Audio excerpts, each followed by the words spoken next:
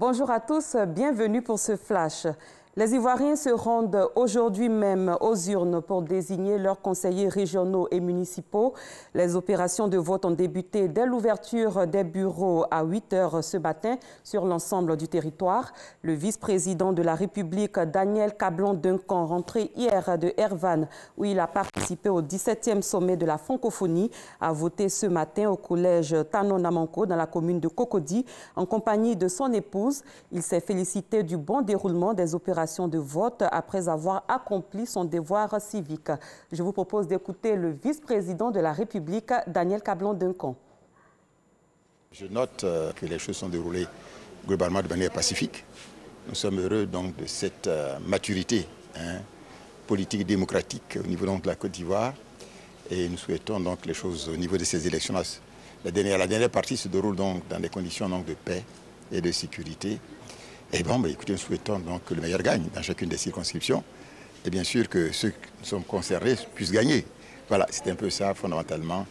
Et je suis heureux donc de cette percée démocratique à nouveau au niveau de la Côte d'Ivoire. Le chef du gouvernement, le Premier ministre Amadou Gon Coulibaly, a pour sa part voté au lycée moderne de Korogo dans le Poro. On en parle avec Kader Sogodougou. Il est 10h05 au lycée moderne de Korogo. Le Premier ministre Amadou Gon Coulibaly, chef du gouvernement, fait son entrée. Il vient accomplir son devoir civique. Après les formalités d'usage, le chef du gouvernement peut glisser ses bulletins dans les urnes. D'abord pour les municipales, ensuite pour les régionales. Un moment très important pour la vie de la nation ivoirienne. Choisir ses élus au niveau communal et au niveau régional me paraît important. Parce que comme vous le savez, les communes et les régions, au niveau décentralisé, sont des outils importants pour le développement de proximité. Donc je crois que c'est important que les populations viennent massivement voter pour choisir leurs maires et leurs présidents de conseils régionaux.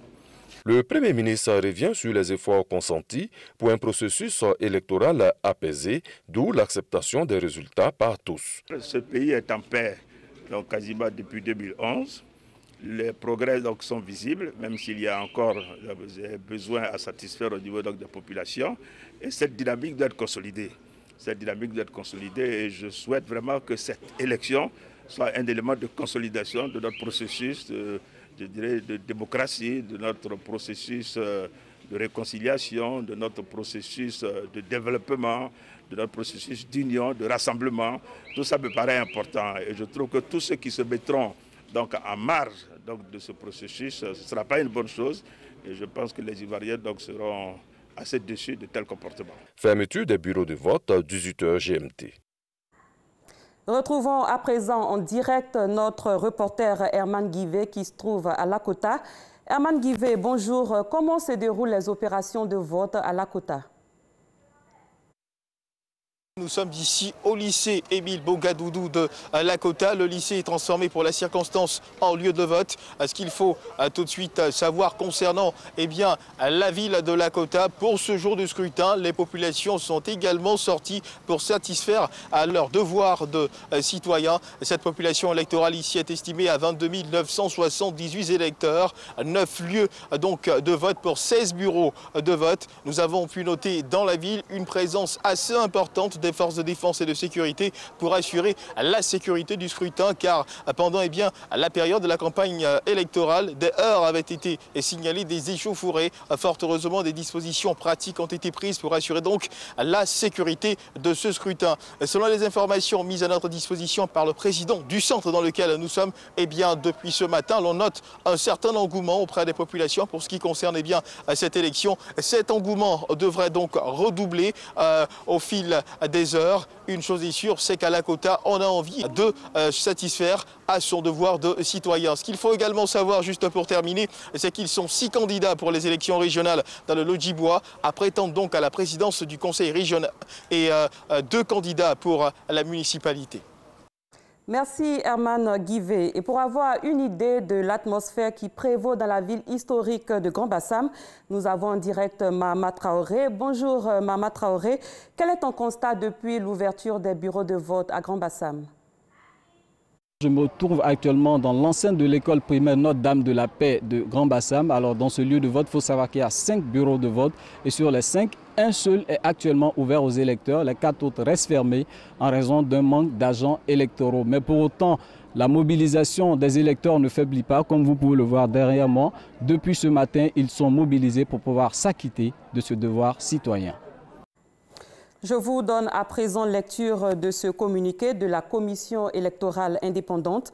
La Commission électorale indépendante informe les candidats à l'élection des conseillers régionaux et à l'élection des conseillers municipaux et les électeurs que pour ces 2 scrutins, l'usage du sticker sur les bulletins de vote n'a pas été retenu.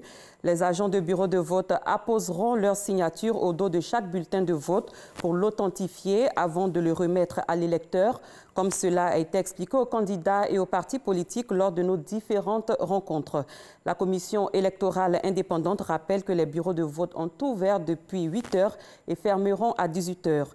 La Commission électorale indépendante compte sur une participation massive des électeurs dans la discipline, fait à Abidjan le 13 octobre 2018, le président Youssouf Bakayoko. Le scrutin s'est ouvert avec du retard à Mankono, chef-lieu de la région du Béré, avec 82 800 électeurs pour 250 lieux de vote et 325 bureaux. Jusqu'à 11 heures, rien à signaler, sauf que le processus a démarré avec du retard dans certains bureaux du fait de la forte pluie. La CEI locale a dû attendre 8h30 pour les ouvrir.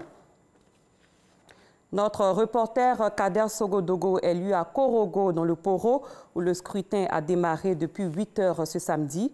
Il nous dit que les électeurs ont commencé à glisser leurs bulletins de vote dans les urnes. Suivez son compte-rendu.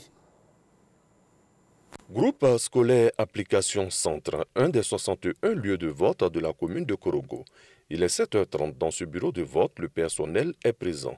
Tout semble être en place pour le début du scrutin. Vraiment, on est totalement prêt pour accueillir les électeurs et commencer les opérations dès 8h. À 8h, les premiers électeurs peuvent accomplir leur devoir civique. Oui, je viens d'accomplir mon devoir civique.